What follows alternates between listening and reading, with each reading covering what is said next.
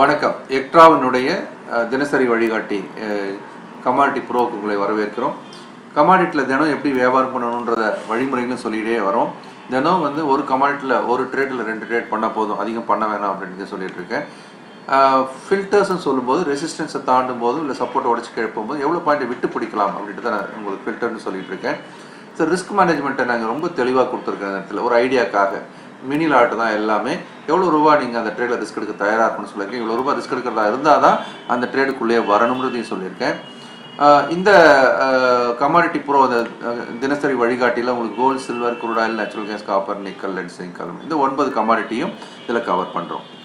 பொதுவாக இந்த உள்ளே வரும்போது நம்ம ரைட் மைண்ட் செட்டோட வரணும், ரிஸ்க் மேனேஜ்மெண்ட்டை ஃபாலோ பண்ணணும், என்ட்ரி எக்ஸிட் பிளானை ஃபாலோ பண்ணணும். இதுதான் திரும்ப நான் உங்களுக்கு சொல்லிகிட்டே இருக்கேன். ஒவ்வொரு ரிசல்ட் வீடியோலையும் நான் சொல்கிறேன், உங்களுக்காக தான் சொல்கிறேன். அதனால் நீங்கள் தயவுசெய்து இதை கேட்டுட்டு அதுக்கப்புறமா அடுத்தது பார்க்குறேங்க. எப்போ வாங்கணும், எப்போ விற்கணுன்றதுக்கு நம்ம சப்போர்ட்டிவ் ரெசிஸ்டன்ஸ் யூஸ் பண்ணணும். வாங்கும்போது இந்த ரெசிஸ்டன்ஸை தாண்டும் போது நம்ம வாங்கலாம்னு சொல்கிறேன். ஏன்னா தடையை உடைக்கும் போது வலிமை பெறும் அப்படின்றதுனால. ஒருவேளை கீழே இறங்கினா கூட இந்த இடத்துல சப்போர்ட்டை உடைக்காத வரைக்கும் இந்த இடத்துல கூட விழுந்து எழுந்திருக்கும் போது கூட கொஞ்சம் வாங்குறத ஒரு பழக்கமாக வச்சுக்கலாம். ஆனால் ரெண்டுக்குமே நம்மளுடைய ரிஸ்க் மேனேஜ்மெண்ட் அனுமதி கொடுக்கணும். சப்போர்ட்டு கீழே நம்ம எக்ஸிட் பாயிண்ட் வச்சுருப்போம், ஸ்டாப் லாஸ் அங்கே தான் போடணும். சில சமயம் பார்த்தீங்கன்னா சப்போர்ட்லேருந்து ஒரு யூட்டர்ன் எடுத்து கீழே யூட்டர்ன் எடுத்து பெரிய ஏற்றம் ஜாக்பாட் பைன்னு சொல்லுவோம். இந்த மாதிரி வாய்ப்பை கூட நீங்கள் பயன்படுத்த தயாராக இருக்கணும். அதே மாதிரி எப்போ ஷார்ட் போகணும், சப்போர்ட்டை உடைக்கும் போது ஷார்ட் போகணும். ரெசிஸ்டன்ஸ் எல்லாம் கிட்ட போயிட்டு கீழே திரும்பும்போது நம்ம செல் அண்ட் பை பண்ணலாம். எல்லாத்துக்குமே ஸ்டாப் லாஸ் ரெசிஸ்டன்ஸ்க்கு மேலே போடணும். சில சமயம் இந்த ஜாக்பாட் ஷார்ட்னு சொல்லுவாங்க. ரெசிஸ்டன்ஸை தாண்டி யூட்டர்ன் அடித்து கீழே வரும்போது இங்கே நம்ம ஷார்ட் போகிறத பற்றி கூட யோசிக்கலாம். ரிஸ்க் மேனேஜ்மெண்ட்டை நழுவ விடவே கூடாது. ரிஸ்க் பர் ட்ரேடில் ரொம்ப தெளிவாக இருக்கும். ஏற்கனவே நான் டிஸ்கஸ் பண்ணியிருக்கிறேன். அடுத்து விதிமுறைகளை மறக்கவே கூடாது. சக்திக்கு மீறி பொசிஷனை எடுக்கக்கூடவே கூடாது. இந்த சக்திக்கு மீறி பொசிஷன் எடுக்கும்போது தான் நம்ம நிலை குலைந்து போகிறோம். எப்பவுமே நம்ம ஒரு லாட்டில் வியாபாரம் பண்ண முடியும்னு சொல்லும்போது ரொம்ப சந்தோஷமாக பண்ணுவோம். திடீர்னு ஒரு 2 லாட் 3 லாட் 5 லாட் எடுத்துட்டோம்னா நம்ம அதுக்கு எதிராக போகும்பொழுது நம்ம பெருமளவு பாதிக்கப்படுகிறோம். அதனால் இந்த சக்திக்கு மீறி பொசிஷன் அப்படின்றத தயவு செய்து அவாய்ட் பண்ண வேண்டும். அடுத்தது வாய்ப்பு வரும்போது மட்டுமே ட்ரேடில் ஈடுபடணும்னு சொல்லிட்டு இருக்கிறேன். வாய்ப்பு வரும்போது அப்படின்னு சொல்லும்போது இந்த சப்போர்ட் ரெசிஸ்டன்ஸ் கிட்ட தான் நான் சொல்லிட்டு இருக்கேன் இல்லையா, அங்கே தான் வேலை பார்க்கணும். கண்ணில் பார்த்த லாபத்தை கணக்கில் எடுப்பேன்னு சொல்லியிருக்கேன். பொன்முட்டையிட வார்த்தை கூட போட்டிருக்கோம். இப்போ 10ல் 3 தப்பானாலும் கூட அதை ஏற்றுக்கொள்ளக்கூடிய மனப்பான்மை வேணும். இது ரொம்ப முக்கியமான ஒரு விஷயம். வாய்ப்புக்காக காத்திருக்கணும் அப்படின்னு சொல்லியிருக்கேன். இந்த மாதிரி கேப்பப் போகும்போது இறங்கி முடிவதும் கேப் டவுன் ஆகும்போது ஏறி முடிவதையும் ஒரு அப்சர்வேஷனாக சொல்லிட்டு இருக்கிறோம். இருந்தாலும் கேப்பப் ஆகும்போது கொஞ்சம் வெயிட் பண்ணி ½ hour 1 hour என்னுடைய சப்போர்ட், அதாவது ஹை லோவை சப்போர்ட்டர்ஸில் எடுத்து கூட வியாபாரம் பண்ணலாம். கோல்டு பொறுத்த வரைக்கும் அப்படின்னு பார்த்தீங்கன்னாக்கா இன்றைக்கி என்ன நடந்திருக்கு, நம்ம கொடுத்துருந்தோம் நேற்றுக்கு கொடுத்துருந்தோம் 2ஆம் தேதி அன்றைக்கி 31,770 சப்போர்ட்டாகவும் 31,820 ரெசிஸ்டன்ஸாக கொடுத்துருந்தோம்.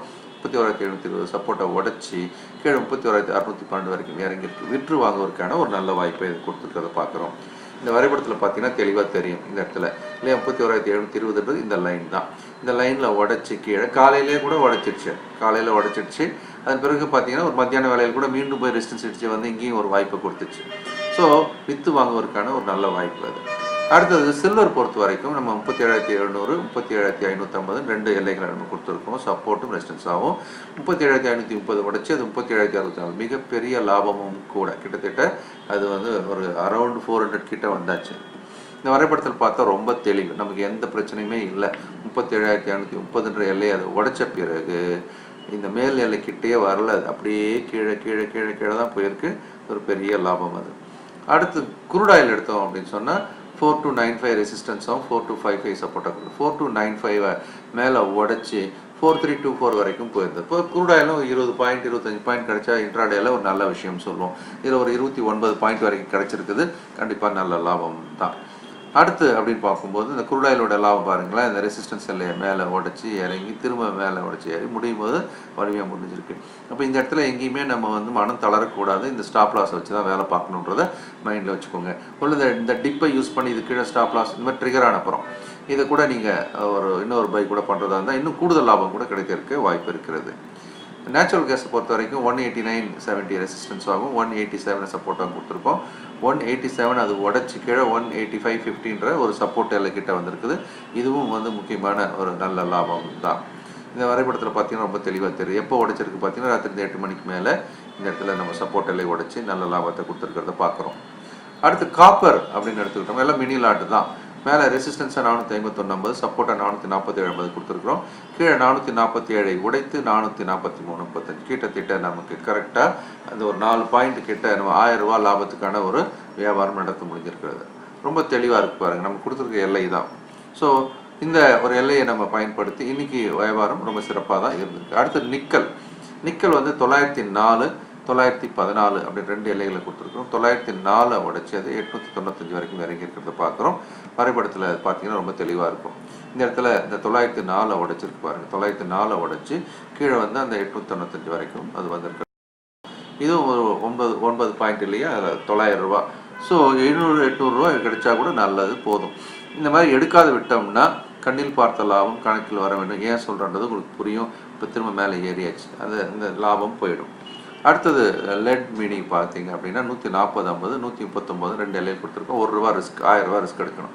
139 50 அப்படின்ற எல்லையை உடைச்சி கீழே போகும்பொழுது அது 137 80 வரைக்கும் கீழே இருக்கிறது பார்க்குறீங்க. இது ஒரு கணிசமான ஒரு லாபம் தான் இல்லையா, மிகப்பெரிய லாபம் கூட. ஸோ இதுவும் பாருங்கள், சப்போர்ட் எல்லையை உடைச்சி இறங்கி இறங்கி இறங்கி இறங்கி ரொம்ப அருமையான அளவுக்கு இறங்கி நல்ல லாபத்தை கொடுத்துருக்கிறத பார்க்குறீங்க.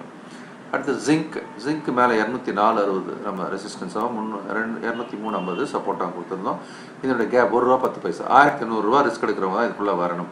இப்போ சப்போர்ட் எல்லைன்றது பார்த்தீங்கன்னா 203.50 உடச்சி 200.30 மிகப்பெரிய இறக்கம். இது பார்த்தீங்கன்னாக்கா ஒரு மிகப்பெரிய அளவில் லாபம். பெரிய லாபம்னா மிகப்பெரிய லாபம். இது 3 ரூபான்றது 3000 ரூபா இல்லையா. ஸோ நல்ல ஒரு லாபத்தை அதை இன்னைக்கு கொடுத்துருக்கிறதை நம்ம பார்க்கலாம். ஓகே, கடைசியாக அலுமினி அப்படின்னு எடுத்தோம்னாங்க 131.70 ரெசிஸ்டன்ஸ், 130.70 சப்போர்ட் கொடுத்துருக்கோம். 130.70 உடச்சி அது 129.75 வரைக்கும் வந்திருக்கிறது. இங்கேயே நமக்கு அது 1 ரூபா கிட்டத்தட்ட லாபம் கிடைச்சிருக்கிறத பார்க்குறோம். இப்படி தான் திட்டமிட்டு வியாபாரம் செய்ய வேண்டும். இந்த வரைபடத்தில் பார்த்தீங்கன்னாலும் அலுமினியத்தில் ரொம்ப கிளியராக சப்போர்ட்டை உடைச்சது இறக்கம் தான். இது எந்த டிஸ்டர்பன்ஸுமே இல்லை, அப்படியே ஒரே சைடில் தான் மூவ் இருக்கிறத நம்ம பார்க்குறோம். ஸோ இப்படி தான் நம்ம லாபத்தை வந்து கண்ணில் பார்க்கும்போது எடுக்கணும் அப்படின்றதும் முக்கியமான விஷயம். திட்டமிட்டு வியாபாரம் செய்து வெற்றி பெற என்னுடைய மனமார்ந்த வாழ்த்துக்கள்.